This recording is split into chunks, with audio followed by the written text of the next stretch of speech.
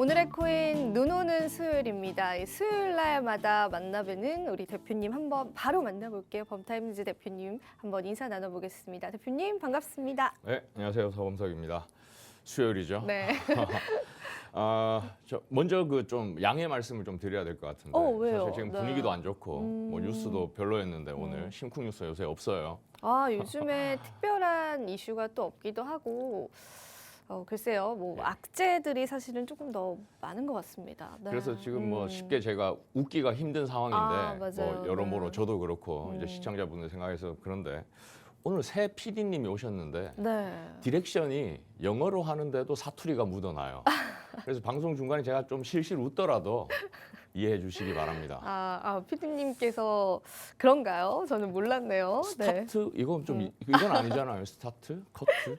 예. 네. 자, 그래서 네. 오늘 준비한 얘기 말씀드리면은 일단은 지난주에 이제 슈퍼 위크였다고 해서 이제 세계 경제를 좌지우지할 수 있는 여러 가지 이벤트들이 있었는데 일단 그게 있었죠. FOMC 회의가 네. 있었고 또 파월 의장 연설이 있었는데 그 회의 결과와 다르게 이제 파월 연설은 상당히 좀 매파의 센 발표가 그럼요. 있어서 네. 이제 상당히 이제 안 좋다 시장에서 뭐 안 좋고 뭐 이런 반응들이 있었는데 근데 이제 과연 이제 그런가 과연 암울하기만 한가 특히 이제 암호화폐 시장에 과연 그렇게 나쁘기만 한 건가 생각해 봤을 때 지금 일단 파월 그 발언에 대해서 여러 가지 의견이 나오고 있어요. 안 믿는다 나는. 각종 그 보도나 해외 외신들을 봤을 때 믿지 않는다. 뭐 여러 지표들을 얘기하면서 그래서 내년 중에는 금리가 인하가 시작될 것이다. 뭐 내년 뭐 1분기, 뭐 상반기에 한 번 더 인상한 후에는 멈추거나 뭐 하반기까지는 금리 인하가 시작될 것이다. 뭐 이런 얘기들도 많이 있고요. 있어서 이제 암호화폐 시장에 한번 얘기를 뭐 어떤 영향일지 한번 생각을 해본다면은 일단 뭐 실제로 인하가 될지 안 될지를 떠나가지고 일단 악재란 악재는 다 터졌다, 패는 다 나왔다고 볼 수 있을 것 같습니다. 금리나 이런 부분들은 이제 뭐 심리 때문에 뭐 선반영된다는 게 있는데 이미 지금 최악의 상황들은 이미 발표가 다 됐고. 그래 금리 때문에 이제 더 나빠질 건 없다. 앞으로 좋아지면 좋아지지 금리나 뭐 이 때문에 더 나빠질 건 없다 이렇게 볼 수가 있고. 근데 하나 변수가 있죠. 경기 침체를 지금 상당히 우려하고 있는데 그럼요. 네. 여기서 살짝 이제 희망 회로를 조금 가동을 해 본다면은 금리가 이제 더 이상의 이제 악재가 없고 유지를 한다고 보고 경기 침체는 계속된다고 봤을 때 그럼 주식 시장은 여전히 안 좋겠죠. 경기가 침체되면. 그러면은 자금들은 어디로 갈 것이냐. 이제 위험 자산의 주식이랑 코인이랑 함께 묶는다고 보면은 경기 침체가 이제 많이 지속되면 그 갈고리 자금들이 코인 시장으로 좀 오지 않을까 이렇게 기대를 한번 해봅니다. 그래서 금리에 대해서는 계속 주시를 해야 되겠지만 지금 악재는 다 나왔다고 보고 있고 이제 좋은 소식만 기다리자. 언제 꺾일지, 뭐 내년에 꺾인다는 전망 혹은 희망 같은 이제 보도들이 많이 나오고 있는데 잘 주시하면서 대응해 보면 좋을 것 같습니다. 네, 그렇습니다. 우리 시장에서 악재란 악재들은 전부 다 나온 것 같다라는 의견을 해주셨습니다. 사실 뭐 거시경제 리스크 또 파월 의장의 발언들 시장에 이미 좀 충격을 줬고요. 그뿐만이 아니라 최근에 있었던 가장 큰 사태였죠. FTX발 사태. 그로 인한 또 다른 기업들의 파산들까지도 우리가 어찌 보면 어느 정도는 좀 소화해가는 시점인 것 같습니다. 그러다 보니까 최근에는 이 국내 주식시장 보다 암호화폐 시장이 조금 더 조용한 느낌이 든다라는 의견이 많더라고요. 그렇기 때문에 또 대표님께서는 이러한 주식시장의 자금들이 우리 암호화폐 시장으로 흘러올 수도 있지 않을까라는 희망 회로까지도 함께 남겨주셨습니다. 하지만 역시나 지금 언론을 통해서도 계속해서 이제 바이낸스 거래소에 관한 공격들은 계속되고 있는 시점입니다. 그래서 아직까지는 좀 한시름 놓을 수 없는데 실질적인 분석을 해봐도 이 바이낸스 거래소가 그렇게 위험에 처할 것 같지는 않다라는 의견이 지배적이긴 하지만 이 개인 투자자 입장에서는 바이낸스 거래소까지 무너지게 되면은 우리 시장은 얼마나 더 힘들어질까라는 불안감들이 좀 굉장히 많은 것 같거든요. 대표님께서는 이 부분에 관해서는 혹시 어떻게 생각을 하시나요? 예, 바이낸스 얘기 안 할 수가 없죠. 네. 지금 뭐 FTX까지 뭐 글로벌 탑이었는데 FTX 하루아침에 무너졌듯이 지금 바이낸스에 대해서 계속 이슈가 나오고 뭐 문제가 제기되고 하는 상황에서 불안하지 않을 수가 없죠. 맞아요. 불안하지 않을 수가 없고.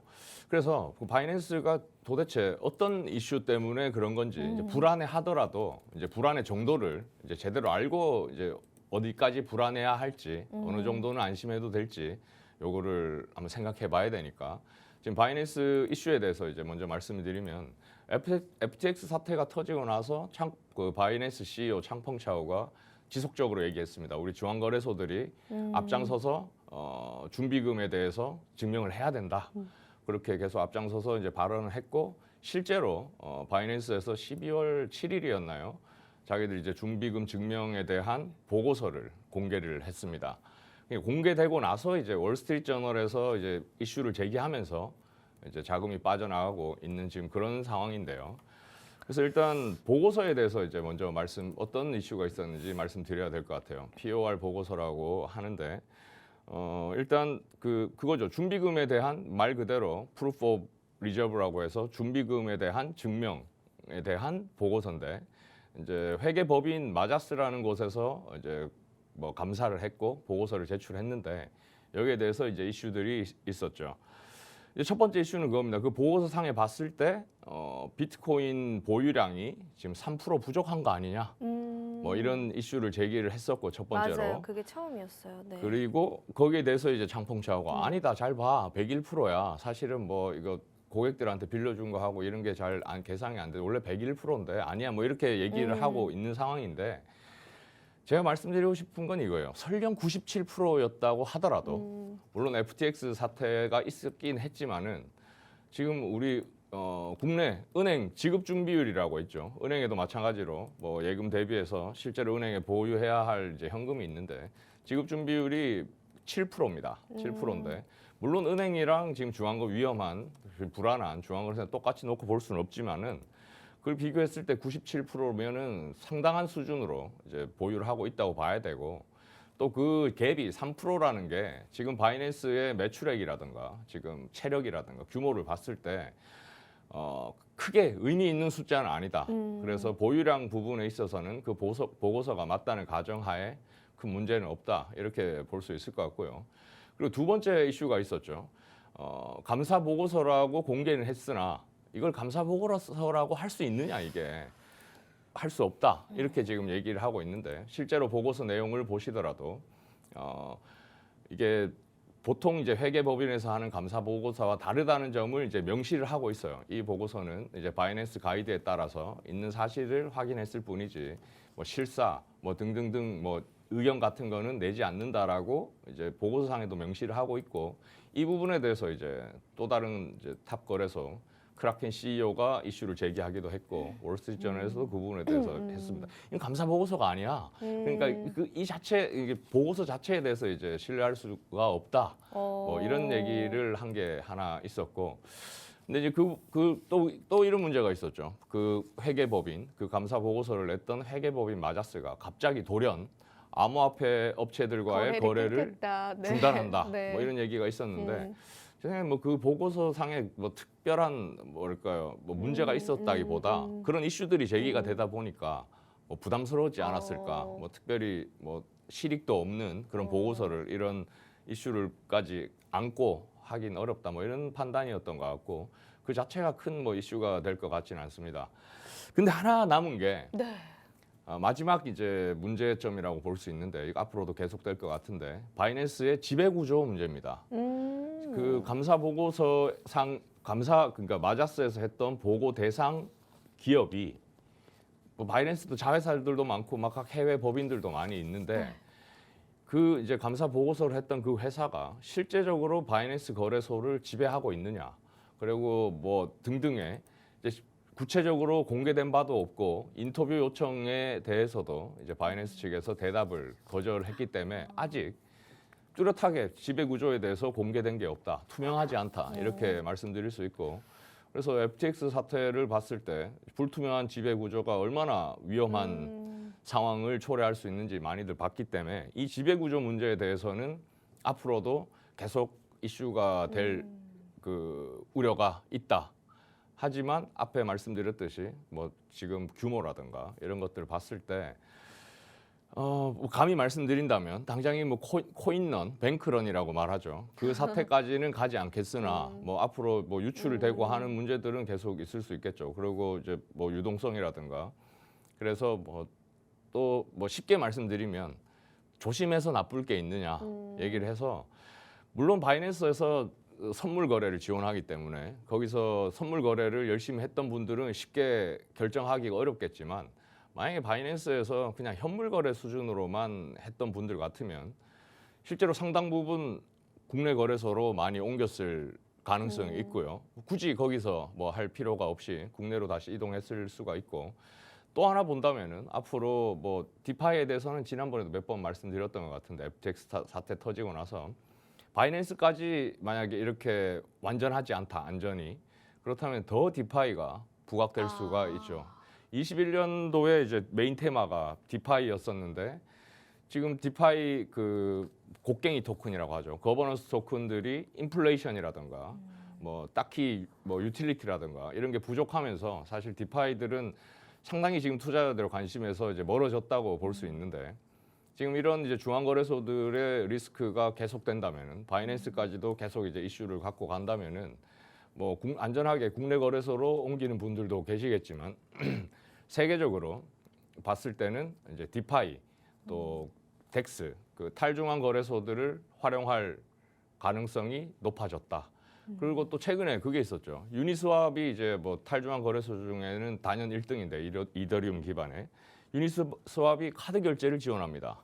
맞아요. 네. 그러면은 이제 또 한 번 더 네. 디파이에 대해서 더 관심을 받을 수 있는 계기가 될 수 있을 것 같고, 그래서 조금 더 길게 본다면은 뭐 디파이에서 일드 파밍이나 이런 것들을 할 수도 있겠지만, 좀 더 공격적으로 디파이 토큰 자체에 대해서 투자를 이제 한번 고려해 볼 수도 있을 것 같은데, 뭐 지금 당장 하자는 얘기가 아니라 지금부터 체력을 비축해 두자는 거죠. 디파이에 대해서 그동안 조금 관심이 없었다면, 그냥 국내 거래소에서 그냥 거래하는 수준이었다면 디파이에 대해서도 한번 공부를 해보면서 이제 투자 기회를 모색해보는 시기로 이렇게 활용하면 좋을 것 같습니다.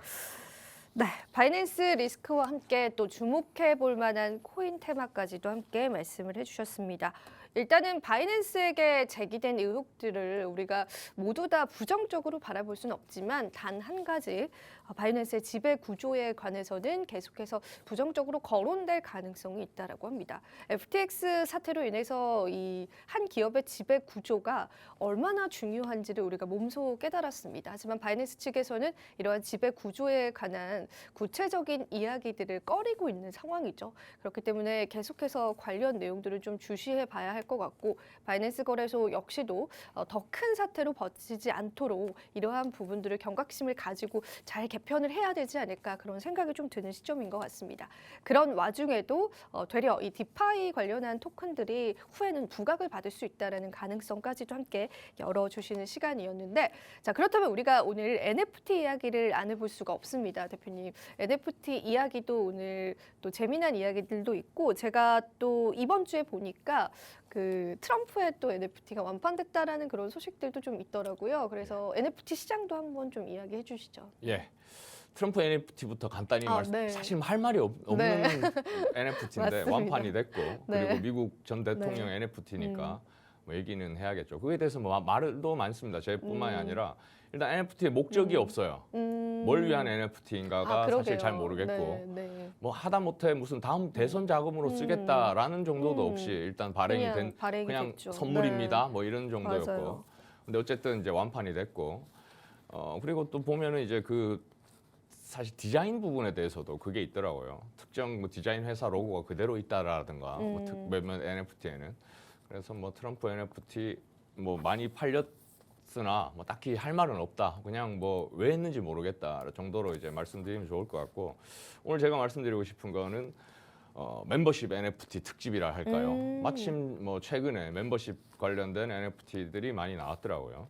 그래서 NFT의 기본 특성부터 말씀드리면 이제 커뮤니티가 이제 중심이 돼야 되는 게 맞는데, 이제 커뮤니티를 이제 활용한 많은 마케팅을 위한 NFT들이 많았고, 지금은 이제 진짜 이제 리얼 라이프 IRL이라고 하죠. 진짜 실제 생활의 멤버십을 그대로 NFT로 갖고 온 사례들이 있어서 말씀드리려고 합니다. 뭐 첫 번째로 말씀드리고 싶은 건 이제 수제 맥주 NFT 멤버십이 있어요. 이걸 사면 맥주 좋아하세요? 맥주 좋아하죠. 맥주도 좋아하죠. 맥주 좋아하세요? 네. 한번 자리를 함께 했으면 좋겠습니다. 알겠습니다. 네. 네. 그래서 맥주를 하면은 한 국내 한 20개 정도 오프라인 매장이 있다고 해요. 가서 이제 맥주를 뭐 싸게 사거나 받아오거나, 아니면은 이제 뭐 맥주 멤버십만을 위한 뭐 파티에 갈 수 있다거나, 이런 멤버십 NFT가 있고요. 그리고 또 라인넥스트죠. 라인넥스트에도 이제 방송국과 이제 파트너십을 체결하고 멤버십을 했습니다. 여기서 이제 뭐 음식 방송을 많이 하는데, 그래서 이제 NFT를 사면 그 소개되는 음식점의 사장님과 만날 수 있다던가, 아니면 예. 재밌네요. 네. 음식을 직접 네. 뭐 맛볼 수 있다던가, 이제 방송과 연계한 이제 멤버십 NFT도 나온 게 있어서 이제 한번 말씀을 드리고, 또 요거는 이제 각자 많이 관심이 있으면 이제 한번 확인해 보시고 이제 일정에 맞게 구매하시면 좋을 것 같고요. 그 다음에 이제 또 비즈니스 사급 클럽과 연결된 NFT가 있습니다. 뭐 한 100만 원 정도 하는 이제 멤버십 가입비가 있는 건데, 그 멤버십을 이제 NFT로 발행해서 NFT를 사면 그 사육 클럽에서 하는 행사라든가 이런 데들 이제 참가할 수 있고, 사실 근데 이런 질문을 할 수 있죠. 네. 원래 그냥 가입하고 멤버십을 했던 건데 네. 왜 굳이 NFT를 해야 되냐, 이렇게 할 수 있는데, 이제 뭐 한 번씩 제가 말씀드렸었던 것 같은데, NFT의 가장 큰 장점은 그거라고 생각합니다. 궁극적으로 뭐 여러 가지 이유들이 뭐 특징들이 있지만, 궁극적으로는 거래가 자유롭다. 사실 기존의 멤버십을 샀으면은 뭐 골프 회원권이라 이런 거는 거래소들이 따로 있긴 하지만, 이런 멤버십 같은 경우에는 사실은 뭐 사교 팔기가 뭐 어떤 커뮤니티 뭐 카페라든가 이런 걸 활용하지 않는 이상 뭐 쉽지는 않죠. 근데 NFT 같은 경우에는 간단합니다. NFT 거래소에 등록을 한다, 필요한 사람은 산다, 아니면 없는 사람한테 뭐 오퍼를 할 수도 있다. 뭐 이런 특징들이 있기 때문에 멤버십에 대한 NFT는 앞으로도 더 확대될 것이다. 뭐 이렇게 말씀드립니다. 네, 오늘 이렇게 NFT의 현재 현황에 관한 이야기까지도 함께 들어봤습니다. 오늘도 저희 다양한 이야기 나눠봤고요. 특히나 이번 주 금요일에 PC 발표가 있기 때문에 이 부분도 여러분들이 좀 체크해 보시면 좋을 것 같고요. 크립토 관련한 이야기들 저희 계속해서 이어가도록 하겠습니다. 오늘은 여기서 마무리해 보도록 하겠습니다. 마지막으로 본 방송에서 제공하는 정보는요, 투자 판단에 대한 조언일 뿐 가치 판단과 상승 하락을 보장하고 있진 않다는 점 다시 한번 유의 부탁드리고요. 저와 대표님은 다음 주 수요일에 다시 찾아뵙도록 할게요. 오늘도 시청해주신 여러분 고맙습니다.